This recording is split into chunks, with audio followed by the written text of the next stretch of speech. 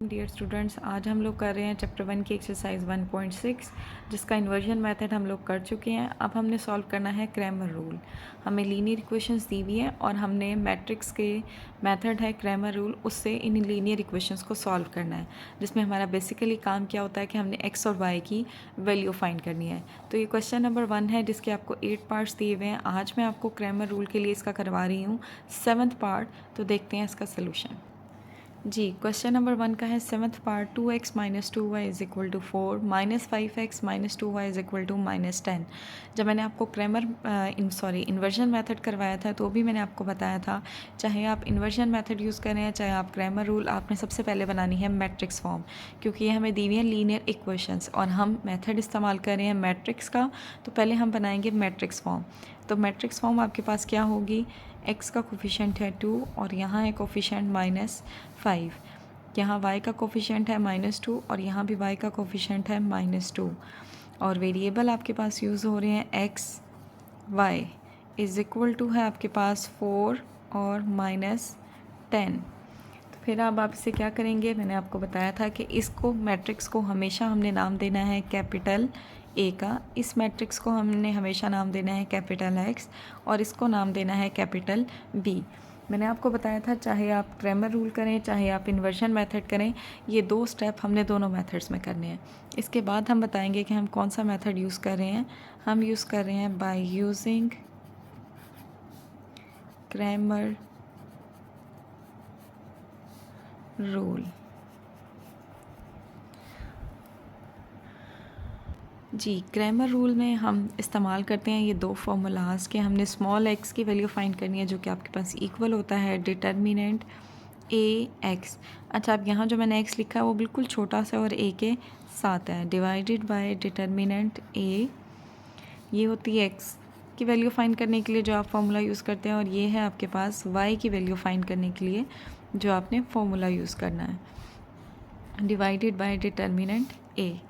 अब हमने value find करनी है x की, तो x की वैल्यू फाइंड करने के लिए हम देख रहे हैं कि हमें डिटर्मिनेंट ax चाहिए और नीचे डिटर्मिनेंट a। अब a मैट्रिक्स तो हमें पता है इसके इक्वल है, लेकिन हमें ax मैट्रिक्स का नहीं पता।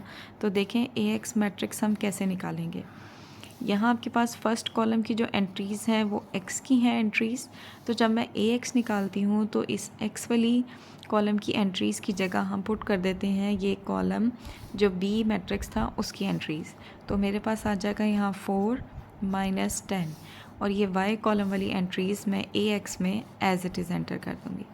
तो ये मैंने निकाला है ax। अब मैं निकालूँगी ay। अब ए वाई निकालने के लिए आप देखें इस मैट्रिक्स ए में ये वाली जो एंट्रीज़ हैं ये वाई कॉलम की हैं। तो जब मैं ए वाई मैट्रिक्स बनाऊंगी तो यहाँ एक्स की entries as it is same आ जाएंगी, और वाई वाले कॉलम की एंट्रीज़ की जगह यहाँ आ जाएगा 4 -10।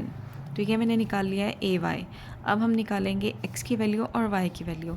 आप देख रहे हैं हमने सिंपल क्या करना है, ए एक्स का डिटर्मिनेंट लेना है और ए का डिटर्मिनेंट लेना है। तो हम बात सबसे पहले लेंगे ए का डिटर्मिनेंट। तो ए मैट्रिक्स आपका इक्वल था 2 -5 -2 -2। हम लेते हैं इसका डिटर्मिनेंट जो कि आपके पास क्या होगा, मैंने आपको बताया था डिटर्मिनेंट में हम करते हैं क्रॉस मल्टीप्लिकेशन, -2 मल्टीप्लाई बाय -5। तो मेरे पास आंसर आएगा -4 माइनस, और ये माइनस माइनस से मल्टीप्लाई होकर हो जाएगा प्लस। तो मेरे पास आंसर आएगा -14। तो ये है डिटर्मिनेंट ए का आंसर। अब हम निकालेंगे डिटर्मिनेंट ए एक्स। तो डिटर्मिनेंट ए एक्स आपके पास कैसे निकलेगा, ए एक्स मैट्रिक्स है। जब हम मैट्रिक्स को डिटर्मिनेंट फॉर्म में लिखते हैं तो मैट्रिक्स के इर्द गिर्द हम स्ट्रेट लाइंस लगाते हैं, ठीक है। -2, अब क्या होगा आपके पास 4 मल्टीप्लाई बाय -2 -2 मल्टीप्लाई बाय -10। तो मेरे पास आएगा -8, माइनस माइनस प्लस हो जाएगा और ये सेंटर में माइनस, और 2 10 दा 20। तो मेरे पास आंसर आता है -28। यह है हमारे पास आंसर डिटर्मिनेंट ए एक्स का। अब हम निकालेंगे डिटर्मिनेंट ए वाई जो कि आपके पास किसके इक्वल था, डिटर्मिनेंट ए वाई था हमारे पास 2 4 -5 और -10। तो आपके पास आंसर क्या आएगा, 2 मल्टीप्लाई बाय -10 -4 मल्टीप्लाई बाय -5। तो यहाँ आंसर आएगा -20 और माइनस माइनस +20, -20 और +20 आंसर आ जाएगा 0। तो ये हमने निकाल लिया डिटर्मिनेंट ए वाई। अब हम सिंपल क्या करेंगे, इनके अंदर वैल्यूज़ पुट करेंगे और एक्स और वाई का आंसर निकाल लेंगे। तो एक्स हमारे पास किसके इक्वल है, डिटर्मिनेंट ए एक्स ओवर डिटर्मिनेंट ए। डिटर्मिनेंट ए एक्स हमारे पास आया था -28, तो हम यहाँ लिखेंगे -28 डिवाइडेड बाई डिटर्मिनेंट ए था हमारे पास -14।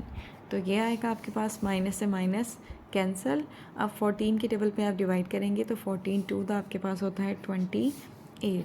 तो x इज़ इक्वल टू आपके पास आएगा 2। तो ये हमारे पास आंसर आ गया है x की वैल्यू का। अब हमने निकालनी है y की वैल्यू। अगेन y आपका किसके इक्वल था, determinant A Y over determinant A. तो अब आपके पास y is equal to determinant A Y की वैल्यू हमने निकाली थी 0 डिवाइडेड बाय हमने डिटर्मिनेंट ए की वैल्यू निकाली हुई थी -14।